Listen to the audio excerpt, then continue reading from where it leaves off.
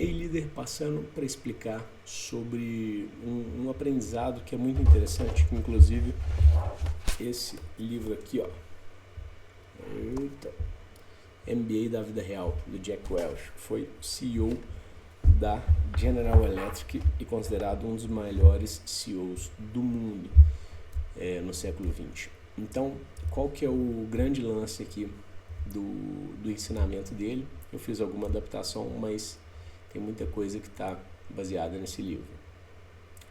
Ele aborda o tema sobre como dar a volta por cima antes, aliás, depois, né, obviamente, de uma rasteira. Só que antes de falar de rasteira, não se esqueça de se inscrever no canal e ativar a notificação para não perder nada do canal Ei Líder. Então, o que seria uma rasteira, pessoal? Várias coisas. Um concorrente que comprou o outro, então ele virou um grande conglomerado agora que vai competir com você.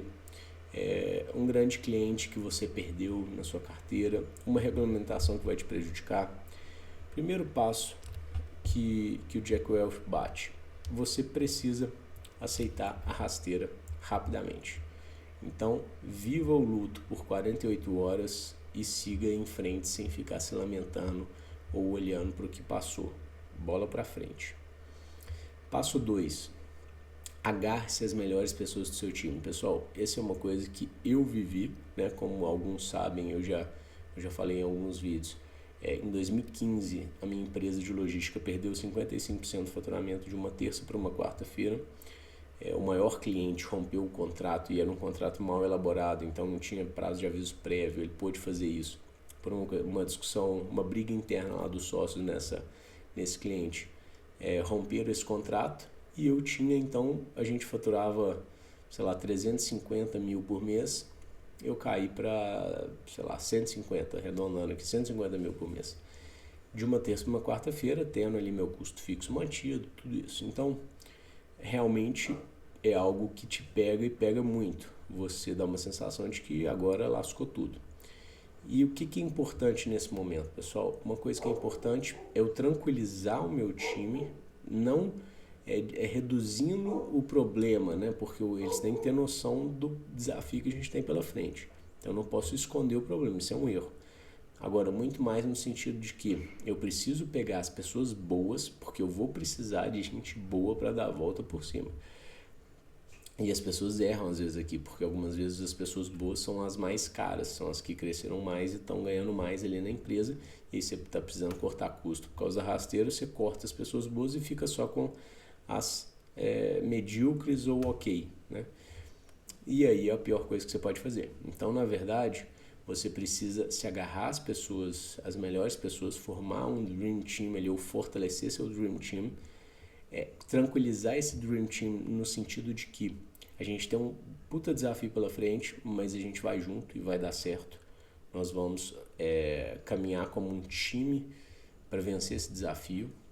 Então, tranquilizá-los nesse sentido de que você está junto com eles e você acredita piamente que juntos vocês conseguem dar a volta por cima.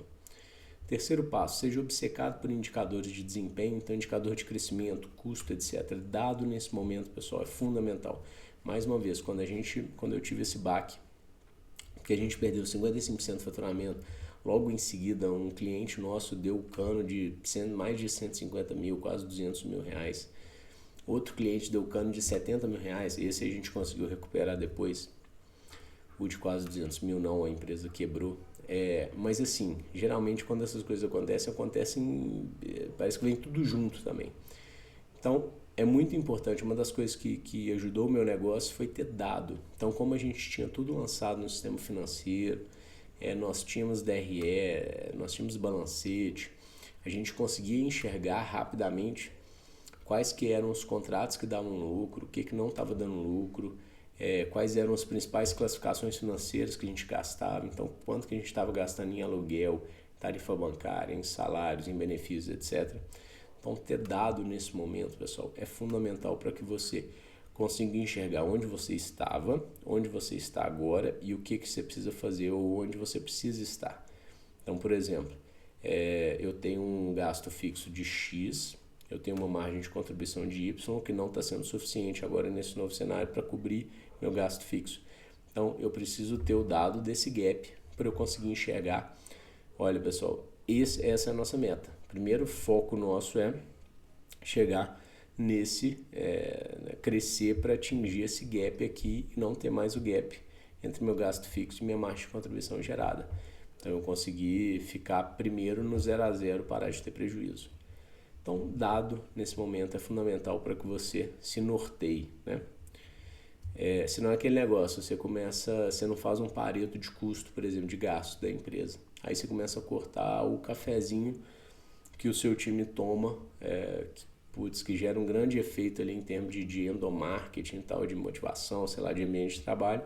E aí você corta o cafezinho que no fim das contas, quando você olha no pareto, na análise de custo de gasto, ele representa 0,001%. Então não vai fazer a menor diferença em termos de finanças e vai fazer uma grande diferença em termos de motivação, tá? Então dado, não chuta, dado. Esse é o momento. O momento que você toma rasteira é o momento mais importante para você fazer aquela união entre dados, né, informação objetiva, e feeling, bagagem, enfim, informação subjetiva. Então, que a união disso tudo chama-se bom senso. E é fundamental que o líder tenha bom senso. Quando você leva uma rasteira, você não pode nem ir só para dado, nem só para bom senso, nem só para dado, nem só para feeling. Você precisa unir essas duas coisas e aí você tem bom senso, que é fundamental nessa hora. Então, geralmente, o feeling ele te dá um despertar. Putz, tô pensando aqui, será que tal coisa? E aí o dado te confirma ou não esse feeling que você teve. Então, muitas vezes funciona assim o bom senso. Eu tenho um pensamento, uma sensação, e aí eu busco dados para poder bater e ver se a minha sensação faz sentido lógico, tá? Quarto passo, reformule processo estratégico. Então a regra aqui é simplificar, pessoal. Usar a matriz SWOT para definir os pontos que vocês precisam melhorar no time e no qual o seu time precisa focar. Então a matriz SWOT é aquela em que eu vejo minhas forças, fraquezas, oportunidades e ameaças. Isso é muito importante, pessoal. Forças são o que nós somos bons, fraquezas, o que nós somos ruins, oportunidades, coisas externas que a gente pode aproveitar ou que podem ser boas para o nosso negócio, e ameaças são coisas externas que podem prejudicar o nosso negócio. Então, por exemplo, uma mudança regulatória seria uma ameaça externa, né? Não é uma coisa interna que vocês controlam, mas é algo que vocês podem olhar e se preparar, porque se vier externamente a gente está preparado.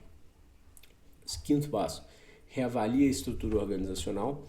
Então veja se o organograma ainda é eficaz, se faz sentido manter, se a gente precisa simplificar, mudar, enfim, revisitar o organograma faz sentido nesse momento. E o passo 6, preocupe-se de forma mais produtiva. Então bate um pouco sobre a questão dos dados também. Se eu tive um feeling sobre algo, eu devo me aprofundar rapidamente, atacar ou descartar aquele ponto sem procrastinar.